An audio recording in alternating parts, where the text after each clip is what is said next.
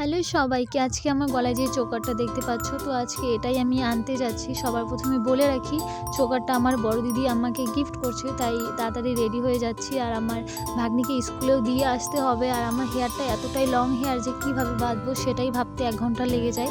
মাঝে মধ্যে চুলগুলো সামলাতে পারি না, ভাবি কেটে ফেলবো, কিন্তু আমার মা চুল কাটা একদমই পছন্দ করে না, যার জন্য আমি চুলগুলো কাটতে পারি না।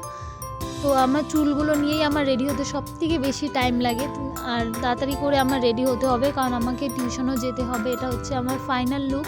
আর আমার এদিকে লেট হয়ে যাচ্ছে, আমার ভাগ্নিকে স্কুলে দিতে হবে আর টিউশনে যাব। আসার পথে আমি আমার চোকারটা নিয়ে আসবো। তো পুরো ভিডিওটা দেখতে থাকো, আশা করি তোমাদের অনেক ভালো লাগবে।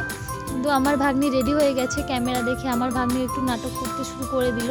এদিকে স্কুলে পৌঁছে গেছি, আমার ভাগ্নি তো আমাকে ছাড়ছেই না, বলছে না আমাকেও স্কুলে থাকতে হবে। আর ও বারবার এসে দেখছে আমি স্কুলে আছি কি না। এদিকে আমার টিউশন যেতে দেরি হয়ে যাচ্ছে, তাই ভাগ্নিকে কান্নাকাটি করছে, তবু ছেড়ে চলে আসলাম। আর এখানে আমার টিউশন কমপ্লিট হয়ে গেছে। আমার দিদি, আমার ফ্রেন্ড এরা। আর এই ফ্রেন্ডটা আমার জন্য আজকে অনেকগুলো কুল নিয়ে এসেছিলো, কারণ এর আগের দিন নিয়ে আসছে, আমি টিউশনে যাইনি, আমি পাইনি, তাই ওকে বলেছিলাম আজকে আমার জন্য নিয়ে আসতে। আর এখানে সবাই মিলে আমরা চলে এসেছি ফুচকা খেতে। এখানকার ড্রাই ফুচকাগুলো প্রচুর টেস্টি, আর আমার খুব ভালো লাগে, খুব টেস্টি আর কি, দই ফুচকার মতো। আমার বোন এইদিকে খাচ্ছে, আমি ভিডিও বানাচ্ছিলাম। আর এদিকে আমার একটা সোনার ফিঙ্গার রিং ছিল, যেটা ফ্রেন্ডটা দেখার জন্য নিয়েছিল, কিন্তু আমি না নিয়েই চলে গিয়েছিলাম। এসে আমাকে দিচ্ছে। ভাগ্নিকে আমি স্কুল থেকে নিয়ে যাচ্ছি, আর ভাগ্নি তো খুব খুশি, বলছে আমাকে দোকানে নিয়ে এখনই খাবো। আর এখানে ক্যামেরা দেখে আমার ভাগ্নি প্রচুর হাসি, গেম খেলছে, টাটা দিচ্ছে তোমাদেরকে। বলো কেমন লাগছে আমার ভাগ্নিকে?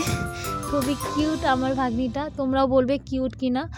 তো দোকানে গিয়ে প্রথমে ও খেয়ে নিল কর্নেটো, তারপর বলছে মিষ্টি খাবে, তাই আমি ওকে সিঙ্গারা মিষ্টি খাইয়ে দিলাম। আর টিফিন খুলে দেখি না, ও টিফিনে মিষ্টি ছিল, সেটা একটা খেয়েছে, একটা ঠিকমতো খায়ও নি। আমার ভাগ্নিটা কখনোই ঠিকঠাক মতো টিফিনটা খায় না। তারপর চলে এলাম ফাইনালি সোনার দোকানে। তো স্লিপের হিসাব টিসাব চলছিল, কারণ এর আগে একটা চেন বানিয়েছিলাম, আর এখন চোকারটা, দুটো একসাথে হিসাব করা হয়নি। এটা হচ্ছে আমার চোকারটা, কেমন হয়েছে বলো?